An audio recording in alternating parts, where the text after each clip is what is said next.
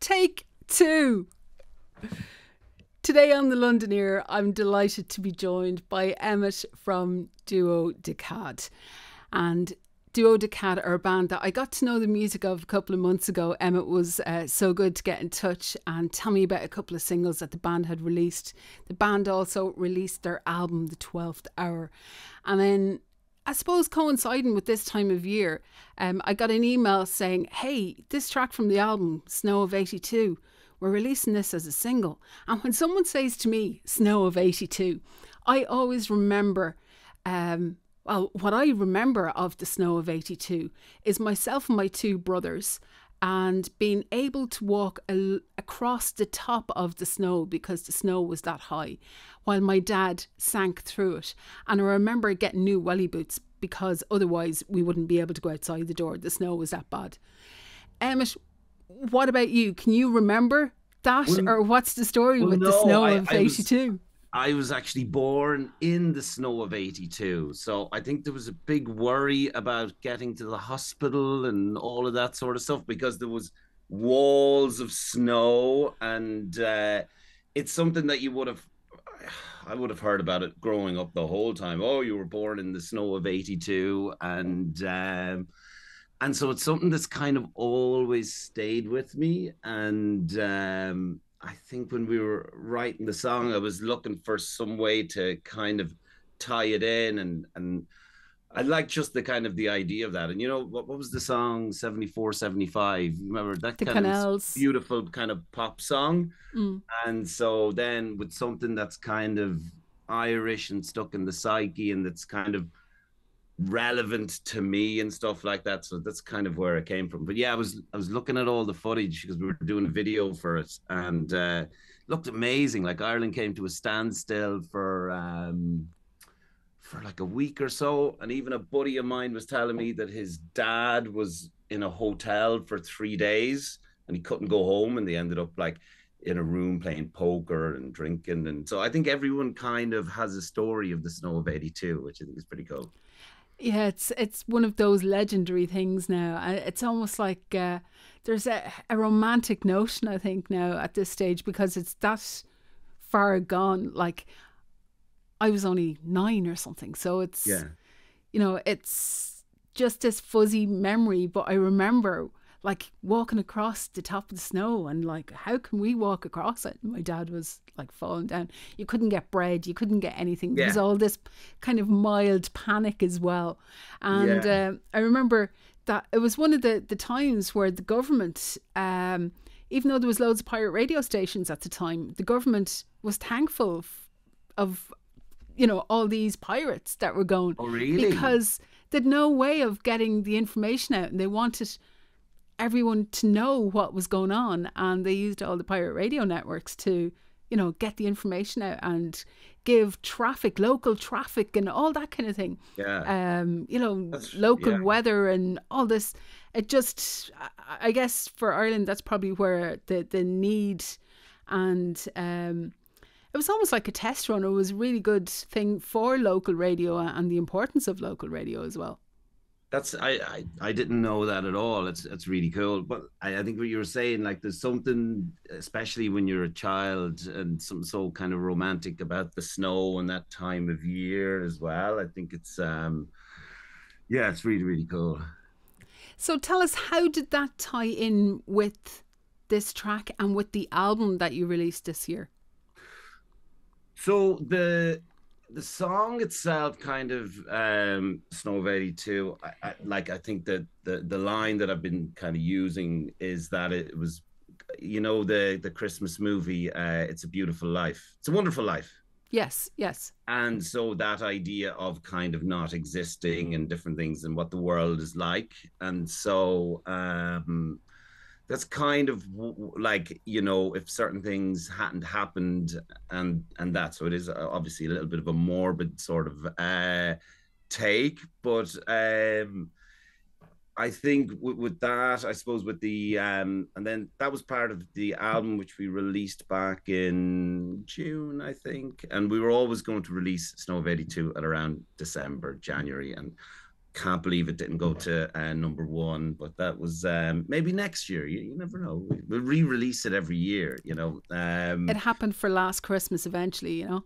Exactly. And Fairy Tale, I'm sure Yeah. that's going to be #1 this year, right? Yeah, I think it's #1 this week in Ireland. So there you go. Yeah. I don't think people really do. People care anymore about Christmas #1s? I couldn't tell you last year's Christmas #1. Well, I know in the UK, these lad baby people have been doing these. I don't know whether they're charity or whatever they are. I've kind of, to be honest, I don't know where the charts even are Yeah. right now. And that's terrible because, and it keeps coming back to this whole TikTok generation. Yeah. It's like, even if you go on top 40 radio, you get a chorus of a song. Like, radio stations are even cutting the songs on air when they're playing them. So they cut the intros and you have like verse, chorus, verse, whatever it is. You get the hook and you're gone again. They're on to the next song. It's the attention span though, isn't it? It's that flicking of, like, you know, you have to capture people within seconds. And that's even let's say with you know, shows on TV, right? You know, there's so many of them that, like, you'll watch 30 minutes and you go, well, I don't like it. And you're out, right? Where it could be someone will have to tell you, no, go back. It's brilliant. And it's the same sometimes with music. And, you know, especially like for us promoting the album and promoting singles and stuff like that, I'm assuming that, you know, if you don't capture them in the first 30 seconds, it's gone, you know. And I don't know what the stat is about how many tracks are released on Spotify every day, but it's a lot, right? And so then how do you break through? I've no idea. TikTok, go viral. But know? even on TikTok, on the videos, something popped up yesterday actually. I was at a football match this week. I went to see London City Lionesses, and they were playing Billericay in the FA Cup. And I have, sometime in 2024, I will probably be moving from my location where I am right now. And I don't want to have any regrets saying that I should have done this when I was living here, or I should have done that when I was living in that location. So I'm in the middle of a world tour of London football stadiums at the moment. And I've been going to all these things. But London City Lionesses are a championship side, and they have been, there's 3 Irish players, Roisha Littlejohn's with them, Grace Maloney and Niamh Farley. And when they're the local team, they're like 20 minutes away on the train or whatever. Nip over if I'm free, if I can, and support them. And I videoed some of the stuff.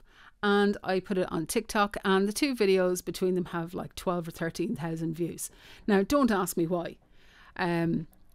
Wow.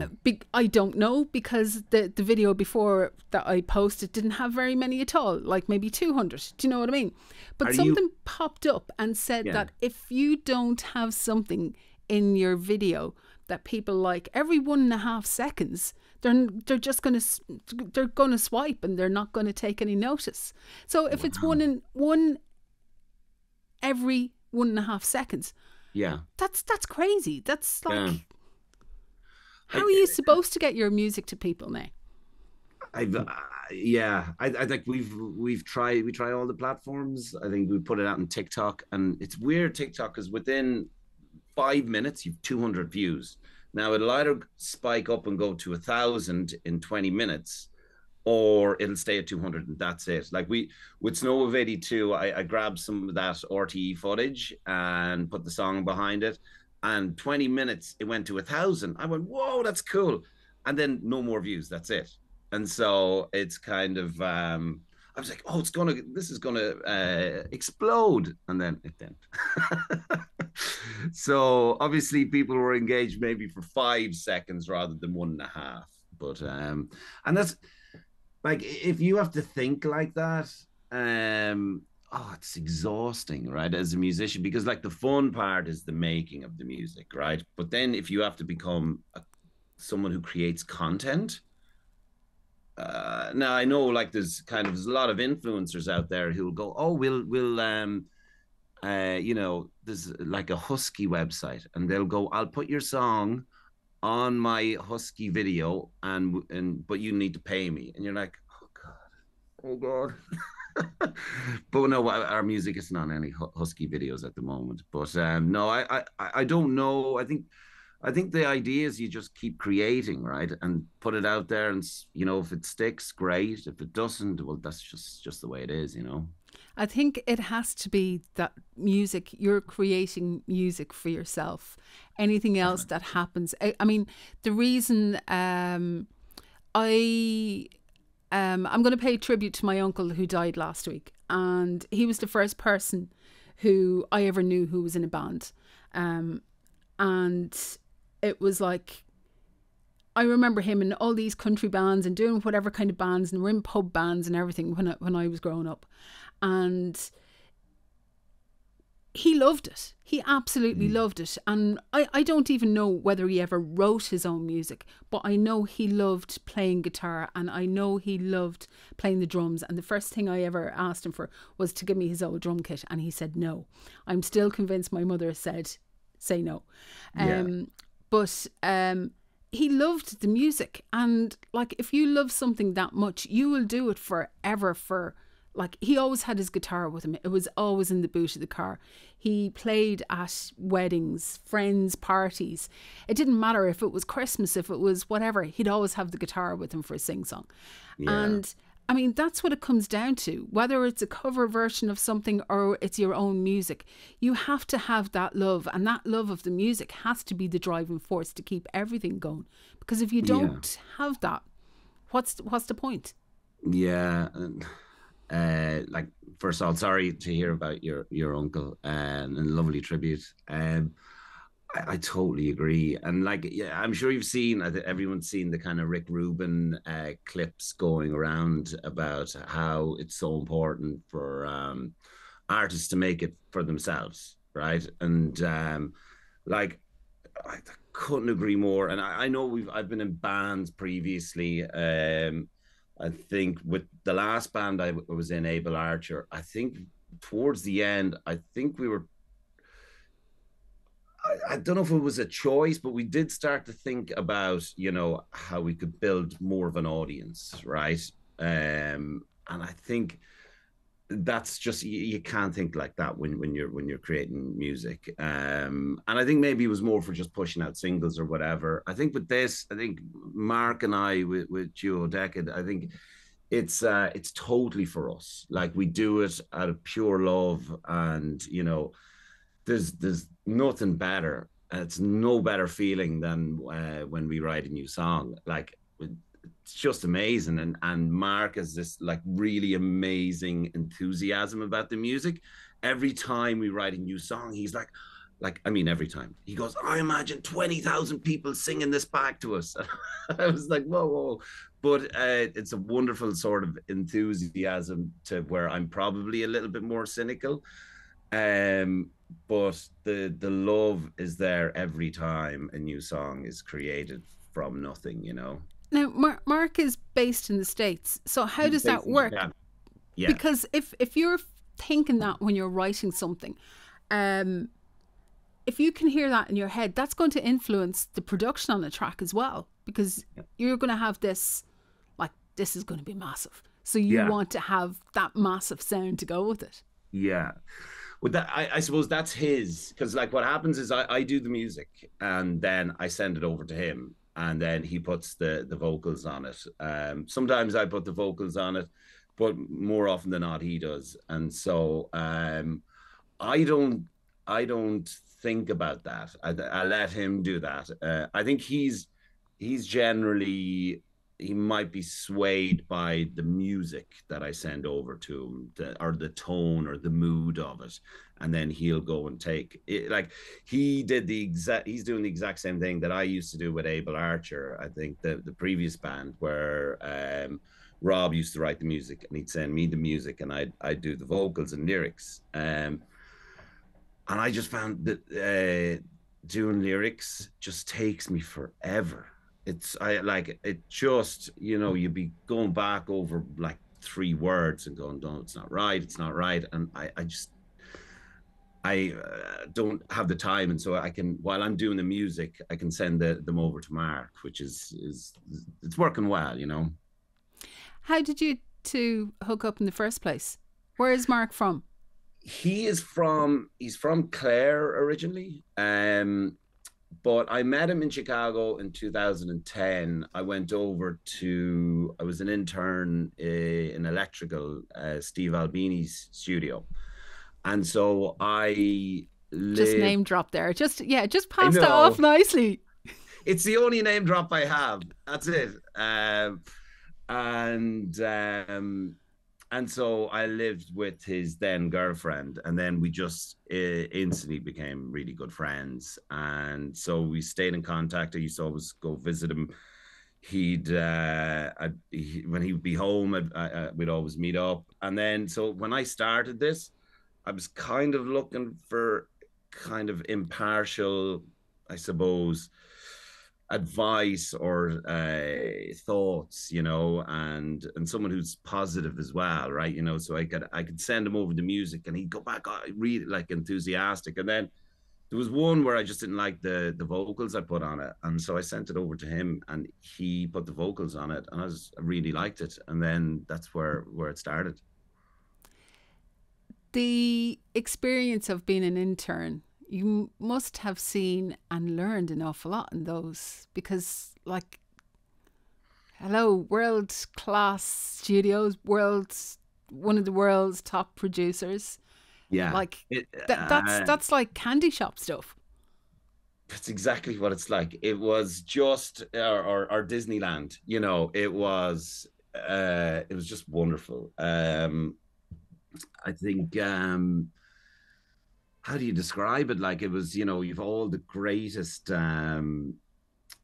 equipment in the world, you know, the most amazing two studios. We met loads of really cool people, you know, and like you'd sit with him while he's doing the drums, and then he used to spend the time with us. He took us down into Studio A, and he showed us how he like would record drums, how he tuned drums. It was just fascinating. There's like, they obviously everything's all analog and it's all tape and stuff like that. And even there was one point where they were going to remaster some of the Ramones albums, so they got the original tapes, and so he's an oven for, you need to bake the tapes. And so, but I think there was one point where they were being played and stuff like that, and you're holding the Ramones tapes, like the original, like that's it, you know, that's the original Ramones tape. So there was just so much of that. I do also think it was probably the point when I realized that I could never uh, go full time and make a living in music. I remember there's one point where Steve shouted out to Steve, the office manager, going, now I think he was joking and being flippant, but he was also a little bit being serious. He was like, are we going to make rent this month? And I went, well, if someone of like, and so with Steve, I would hold him in the highest regard, and he's been part of like my favorite sounding records of all time.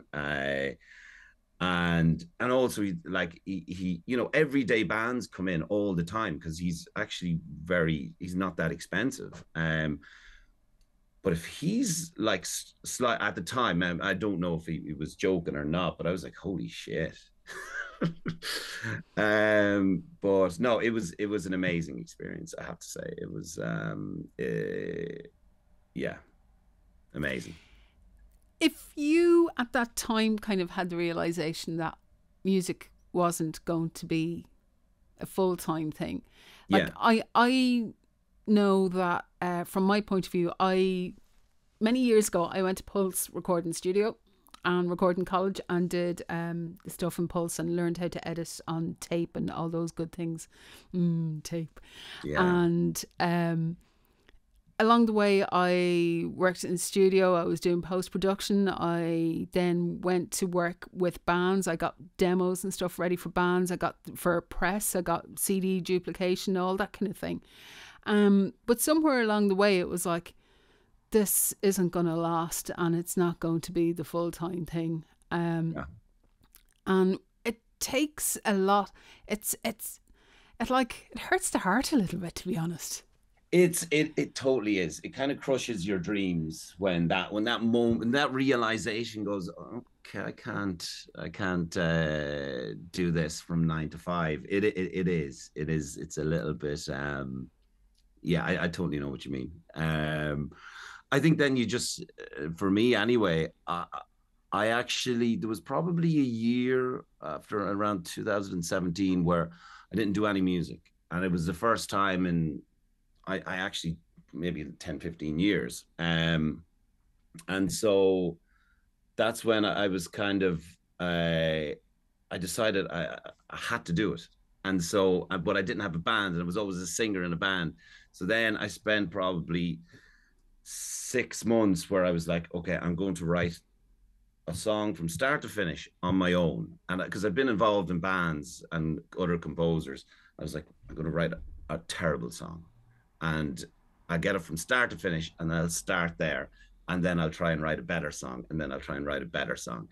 And so the fulfillment of music is always there, but then the idea of making a living from it is gone now. So, but you never know, right? You never know. You could have a track. The Snow of '82 could be on like the next Stranger Things or whatever it happens to be. Yeah, exactly. Yeah, who knows? But yeah, I know. I don't know what, yeah. That's okay. That's okay. It does. It gets to heart a little bit. You Yeah. sent me an email earlier. Yeah.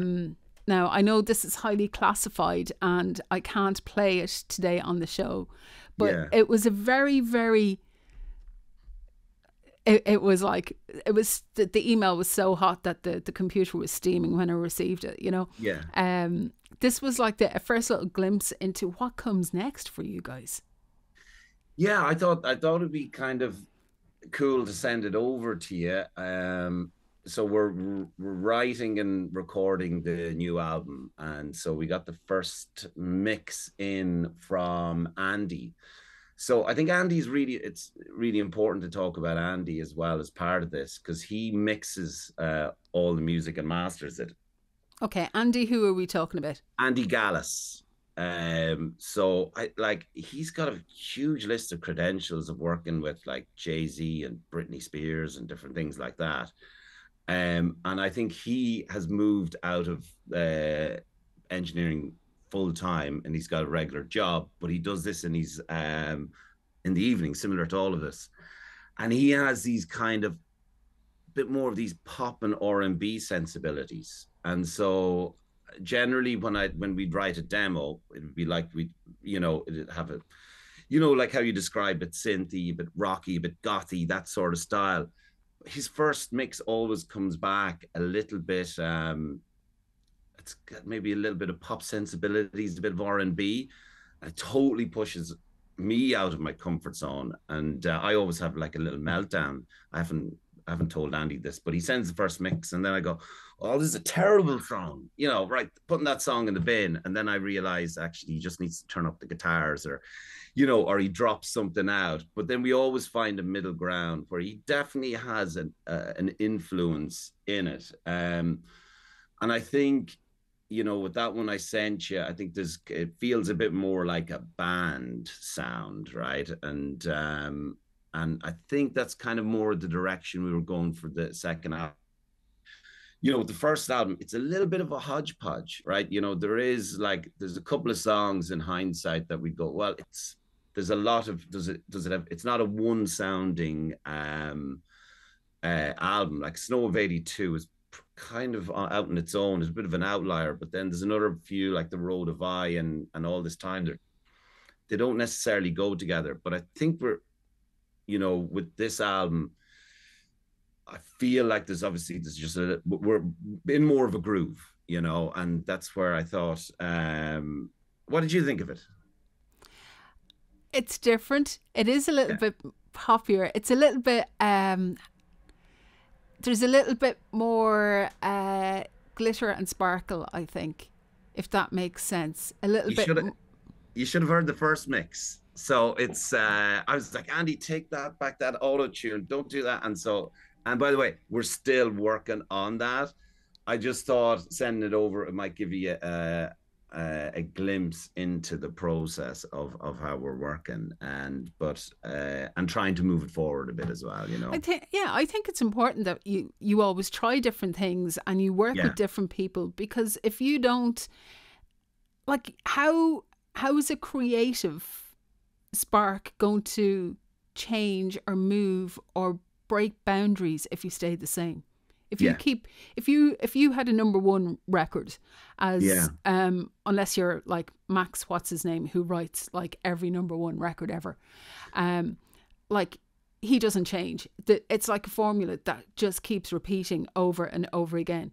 And I mean, whether it's Britney or whether it's One Republic or whoever, when you yeah, know that it's him, I can't even think of his surname now, but when you know that it's him that's after writing all these, it's kind of like, okay, yeah, they are the same. But like, if you don't have something, what's the yeah. point? What's the point? It becomes, it doesn't become that creative thing. Yeah. It becomes a job. I kind of agree with you, and then I kind of disagree with you, because there's some bands who, let's say, uh, like Radiohead, for example, they're able to transform all the time and like keep it very interesting. I feel, let's say, someone like a Block Party, and I haven't listened to their new stuff recently, but I remember when they tried to change, like, even though I adored their first few albums, I don't know if that that change, now maybe they're creatively satisfied, and they probably are, and they're still selling at the Three Arena and all that, so it doesn't matter. But then there's something like, a Nada Surf album. I don't know if you know Nada Surf, right? But a Nada Surf album sounds like a Nada Surf album, and they've probably, and it, like ACDC, ACDC, it's the they all they You you don't know, want it's ACDC ACDC. bringing in a synth sound, right? That's not what I'm there for. So I think there's some bands when they do something really well, and people love it, that they don't necessarily want to go on a musical journey with the artist, But some bands they do, and then they do it really well. So, but yeah, it's hard to know. So, what are the plans for 2024? We're just going to keep doing what we're doing. I've thought about the idea of doing it live, and I think we'll have to wait and see. I think that if there was ever like a bit of demand, or we got asked or something like that, then I'd definitely try and get it together. I think the idea of going back out and starting at the start and doing empty rooms again, and that just fills me with anxiety and dread, and because it takes so long to build up to getting a full room, and then even in Dublin, like, there's not that many venues left, right? And then if you're going further afield, again, that's more difficult. So I think, look, we're going to release another album probably next summer. We'll release a couple of singles, and contemplate doing a live, and then make content to try and go viral on TikTok. No, I'm I joking. meant to say Yeah, to you that's the earlier as plan. well, you were in Fuzzy Empire. Yes. If I remember correctly, you used to play Voodoo with Trevor. Did you? Voodoo What do Lounge you with mean? Trevor? Like, did we play in Voodoo? Yeah. We definitely would have played in Voodoo. Did we play in Voodoo? I can't remember. I Uh, thought I remember at some stage seeing your name on a poster. I did we play Voodoo? I remember playing Voodoo, but I think that could have been Abel Archer. Or maybe no, I think We played Whelan's, and we were the opening act on the main stage, and it was our first ever gig, and we were using Ableton Live with Fuzzy Empire. So we set up, did our sound check, and then we went back upstairs, and we were like, right, you're on, and whatever it was, half an hour. So we went downstairs. Well, go on stage, opening act, and the laptop didn't work. Oh no. So, Oh and it no. took us 10 minutes to get it back. So we had to reboot. And it was, and like, you know, I had to stand there and I was just with this small little synth, and Tim had all the equipment, but everything was going through the computer. So we had to stand there on the main stage of Whelan's for 10 minutes. And it wasn't very nice. But then we moved everything to hardware, got rid of the computer. Fuzzy Empire was a lot of fun. I think it was free. It was totally free. We could do whatever we wanted to do. Any sort of. That's the only way I can describe it. It was a lot of fun. We played a good few gigs. I can't remember playing Voodoo, but maybe we did. Duo Decad. Or am I pronouncing it right or wrong? I think it's Duo Decad. So where it came from is I think it's another word for a dozen or 12. I've kind of been infatuated with. I was born on the 12th. My brother, who I'm very close with, he's born on the 12th. My dad passed away on the 12th. A lot of things have always happened in my life on the 12th, and it was such a bizarre experience when we were naming. I was like, I need another name for 12, right? And so I saw it was Duo Decad, and so then it's one word, so I thought I'd just split it. And I was explaining it to Mark, and Mark was, I was born on the 12th as well. And it was one of those weird coincidences where you're just like, oh, okay, well, that's now that's the name. So I thought that could go. Meant to be, meant to be. If Yes. people want to find out about you guys, Emmet, where is the best place for them to go? Probably our Facebook and Instagram. It's just Duo Decad. And yeah, Facebook, Instagram. That's generally where we'll be. Sometimes Twitter, sometimes not. And then you'll find us on Spotify and YouTube and all of those places as well. So yeah. Emmet from, I'm going to say it wrong again, I know it's like a Duo Decad. Duo Decad. Yeah, I think that's good. Yeah. Yeah. Duo Decad. Because if I'm ever going, Alexa, play Duo Decad, and she goes, there is no Duo Decad. But yeah, I think that's it. That will do. Thank you so much for joining me today on the Londoneer. And do you want to introduce Snow of 82?